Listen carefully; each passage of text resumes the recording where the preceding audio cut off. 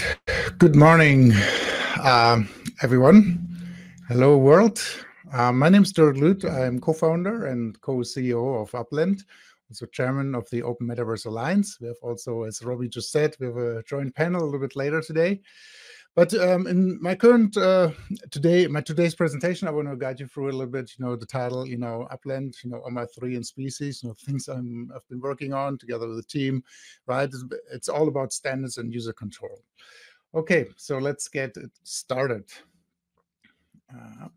Get to the next slide. Okay, so we have a few metaverse collaborations challenges today, right? So when you think about it, right, everyone is building, on their own, right, using different technologies, right, and that's where it actually starts, right? There's a lot of technical differences, right, which makes it difficult, to really collaborate very easily way together, right?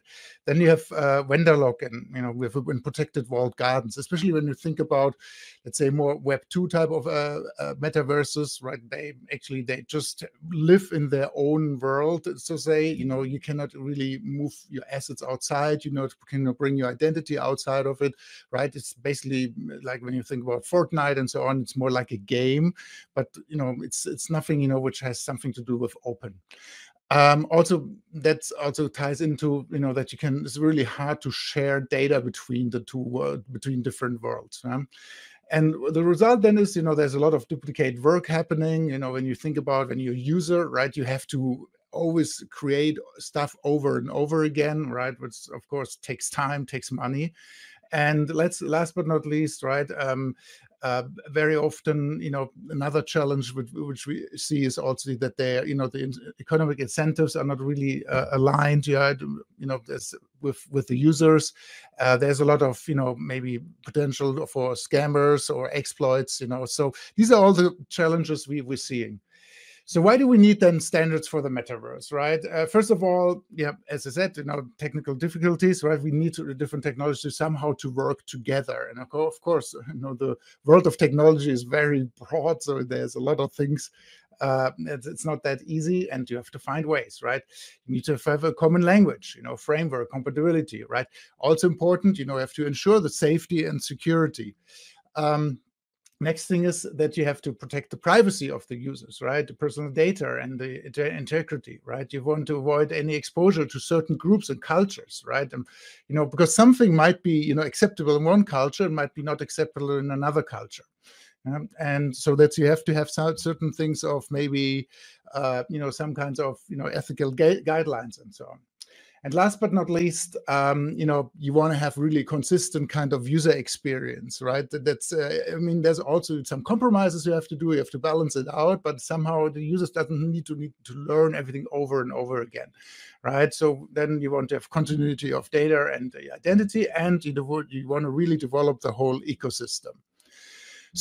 So the overall objective, for having standards is really to have an open and exclusive metaverse, right? That's why you need standards, right? And to create that open and inclusive metaverse.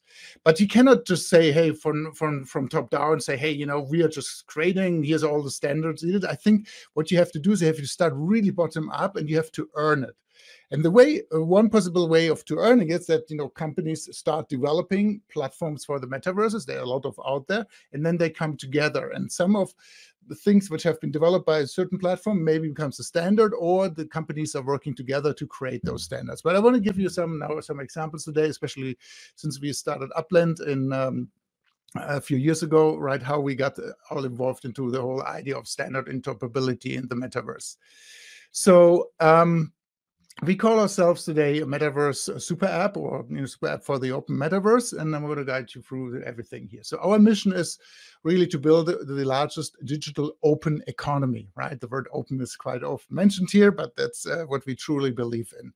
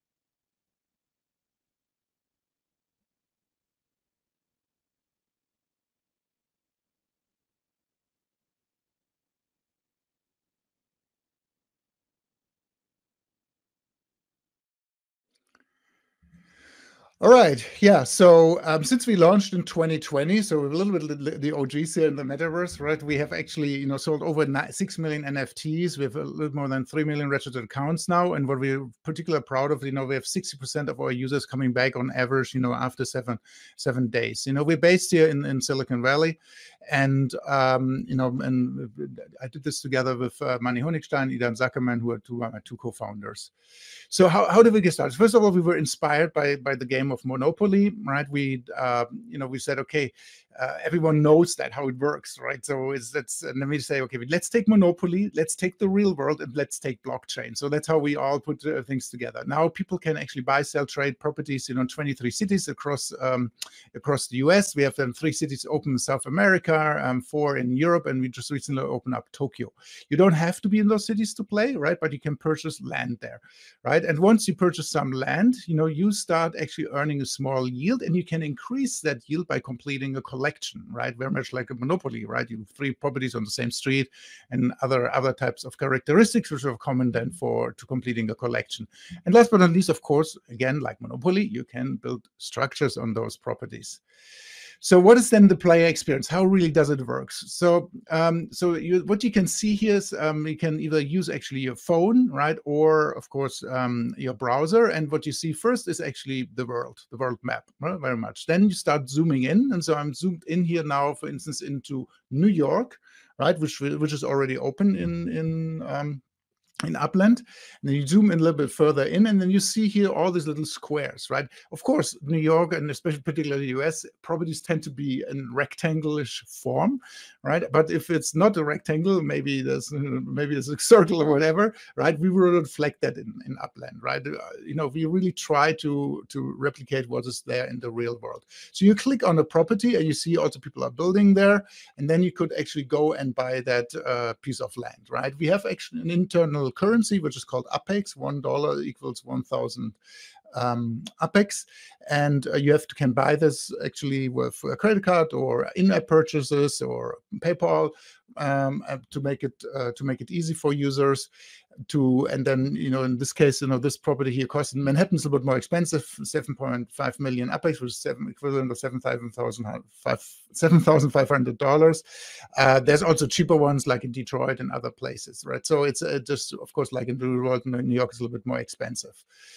But when we say, okay, when we do that, okay, when we started out as this property trading game, but today Upland is so much more, right? When we Metaverse super app, right, there's so many things you can do. So you can, what we have, for instance, right now is cafes, where you can immerse and socialize, right? You can customize together with others, your homes and your neighborhoods, right? So we have actually nodes, people are coming together doing that. Then you can go and play different collection games, right? It's not just, what you collect properties, but we have also the FIFA or the NFLPA. We have partnerships, right? There's a very interesting stuff you can do. You can race cars through actually the cities, what people have built. You can play football or soccer for some of you of the listeners maybe. You can have a social aspects also that you can connect via chat tools, shop digital assets, and so on. So you can see that, right? But everything is at the center. The user, when I said at the beginning, the user is the center of everything.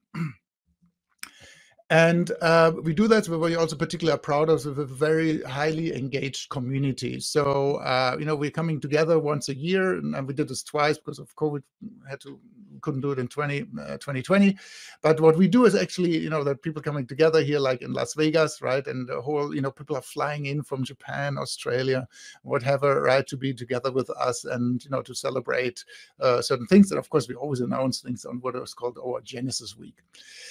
And the community participates really in, in continuous, city launches. So, we always take care of, supply and demand, how many properties are out there and so on. But, but in general, our cities are selling out, sometimes very quickly, sometimes it takes a bit longer. But what is also quite remarkable, when we open up a city, sometimes we're minting up to 80 NFTs per second. So quite a lot. When we drop new cars, they're selling out, and then FIFA, yeah, all these things are selling out in Upland, right? Which is nice. And this makes us really one, the most dynamic, fastest growing metaverse economy. So today we have, 300,000 landowners, which makes us clearly, the market leader in the space, in the blockchain space, related space. When you look at others, we have still 5 times more than the 3 largest other metaverses which are out there. So let's look at our ecosystem stakeholders, which we have, right? So what do they do? We saw that the players have a lot of things they can do, right? As I mentioned, they can go shopping, they can, socialize, they can race cars and so on. But then we have other stakeholders, and I want to go through those. So one group is here, for instance, the so-called entrepreneurs or the metapreneurs. They can start a meta venture. You saw that in the video, right? So far, we have actually just celebrated that we have 1,000 meta ventures opened, and they can run and operate those shops where they either sell their own asset, user-generated asset, or they actually can sell, another player's assets also in there, or they can sell, like assets here from FIFA in this particular example. So that's the first thing, 1,000 shops which are proud to have that, right?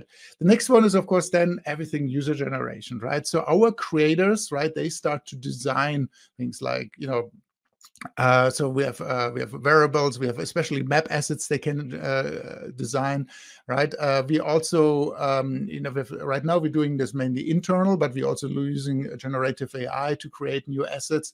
But we're adding more and more features and tools to our users so they have more possibilities to create things in Upland. Then the next group is the developers. So when we say especially Metaverse Super App, we have actually launched what we call our third-party developer platform. Right now, I think the numbers are a little bit old already, but we have over 5,000 connected players and did over $300 million Apex transactions. So we have games, especially coming out of our community also. One is called Upland Kingdom, the other is called Uplandia. So really interesting games which are created by our community, and we're in the process of doing that. We're going to connect also, say also very professional games to Upland, right? But the idea of that is that actually I, as a user, I can go from one world very easily to the other world, and I can take my assets with me, right? So that's actually one of the core features which we offer there, and we make it super easy for developers to actually enable that, right? So they have the benefit to leverage, our economy or of all of our users in a certain sense, our payment infrastructure, and others, right? Then we can, we have also in there integrated play and earn features. Nice thing is also, as a developer, you don't really need to know anything about blockchain. We're obfuscating that away from you, right? And we do benefit, benefit them from Upland's reach and its community, in general, right? And of course, Web 2 and Web 3 applications are supported. So then the next group of stakeholders is partner and brands. So we are very careful who we're partnering with, because we always want to find utility for our users when they work with when we offer them brands, right? So, and for instance, when we work now with FIFA, so when you want to get to the goal for Messi, right, as an NFT from the last World Cup, actually Upland is the place to go where you can get it. But everything here is gamified. It's not just say, hey, here's the goal, let's get, you can buy it. No, it was actually embedded in a collection game as well.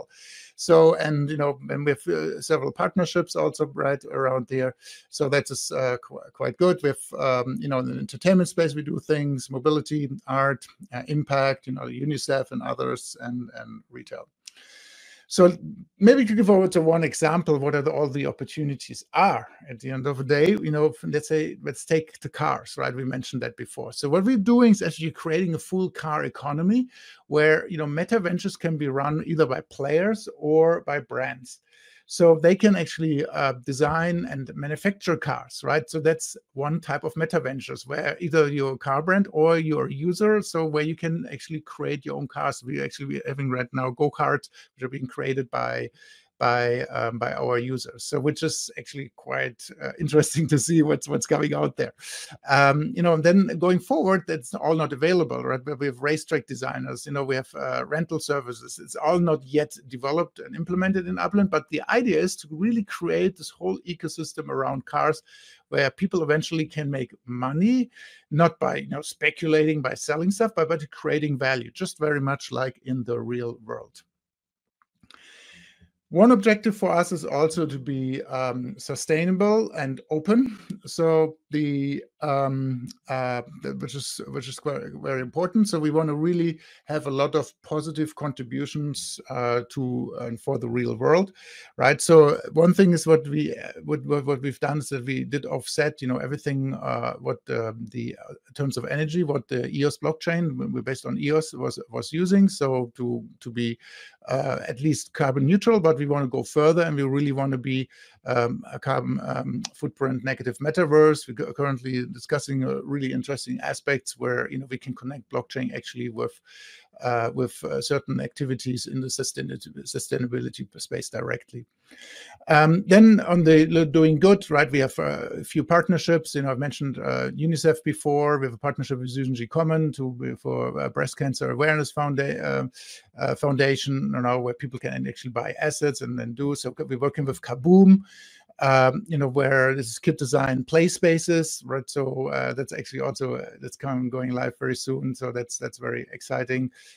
We have the St. Jude Hospital. We're supporting Ukraine and lots of others. Things, especially Ukraine, is very close to our hearts because we have actually, a lot of our team members are coming from Ukraine. So we're proudly supporting them, as best as we can. So, and then, we really are interested to bring the open metaverse forward. And we have a few initiatives in doing that. So first of all, I mentioned the third-party developer platform. We say, okay, again, user control, users at the center of everything. We really want to make it easy for users to be in Upland, maybe use Upland as your home and your hub, right? And then go to another world. That's what actually the third-party developer platform allows you. So we're connecting with so-called meta spaces or third-party apps to Upland. And we don't force now that everything has now to look like, Upland and so on. Because at the end of the day, when you're a developer and you want to develop your own app, maybe you use a different technology, Unity, Unreal Engine, or what have you, right? And you don't want to change that. But however, but I want to offer to my users that they come into my world. And that's what we then offer to them actually, is that, through the third-party developer, the users can go into one property, and then the new application opens up where they then actually able to go into bring maybe the NFTs with them, bring some of their money with them, the Apex money, and use that in there. Yeah. The second thing we're doing is actually what we launched is our token portal, where we allow to import and export NFTs to other platforms. So right now, and we just launched that, so not everything is yet possible, but our vision is to get more and more into it. So we have one thing is what is called Block Explorers Upland. These are game pieces, and users can actually go and export their game pieces now to OpenSea, and if they want to sell them, they're over there as well. Then actually, you have to talk about it, right, all the time. That's the reason I'm speaking here today. But also, I wrote a book called Navigating the Metaverse, which was a bestseller last year on Amazon, to really explain also what is the metaverse about. And I also I did a podcast series together with Dean Takahashi on VentureBeat called Navigating the Metaverse. So we are in the current season 3. So if you want to download in your favorite iTunes or Spotify, podcast software. And last but not least, I'm also Metaverse ambassador for the Global Blockchain Business Council. Then, and we have an extra session on that because I'm not going to elaborate too much. I co-founded and together with Baptiste and Animoca and the Open Metaverse Alliance for Web3. So the basic idea is here that the different companies are coming together, right, to really bring forward the idea of that assets can be easily, ported from one world to the other. You can take your identity, personal data also with you. You've seen that. We did that already with the third-party developer platform, but it can't stop there. It has to go further, right? And that's why we're working on that. But we have some more on that a little bit later on today. And last but not least, Upland also started a new initiative, what we call the Species. And we started the foundation in Switzerland called the Species Foundation. And the idea is that we're actually going to map all digital life into the metaverse, but in a unified, standardized approach. And so the idea is, when you want to start, hey, I want to start maybe gorillas in the metaverse, right? So Species is just getting started, so it's not out there yet. But you can already find some information on the species.io also, in case you want to join. But the idea is to say, okay, I have now a gorilla, and now you define, how long does it live, how does it reproduce, right? And how does it look like? Because obviously, especially, we have different ways of, they can look, like voxel art, they have kind of real looking like Unity or Unreal Engine. So there's a lot of things you have to have in mind, but we want to create really this approach that, assets are created once, and then that's also better for the environment, because obviously not everyone has to create it over and over again. And then it can be used in different metaverses, not just Web3, but also in Web2 metaverses. So more information on www.species.io. And again, this initiative is just getting started. So let me put together then the summary and timeline just in terms of Upland. So we started out in 2020 as a property trading game. We had all this to the openings, currencies, simple game loops and so on. And then in 2022, we established a platform where we allowed now developers coming in, creators, brands, and developers. And now really, from starting this year and the next year, so really want to say we want to integrate more and more apps. We want to bring forward interoperability. And of course, since we're also based on the real world, it's in the a little bit further out roadmap, we really believe also going something phygital. You do something in the real world, go back to the virtual world. Something we want to do also in the future.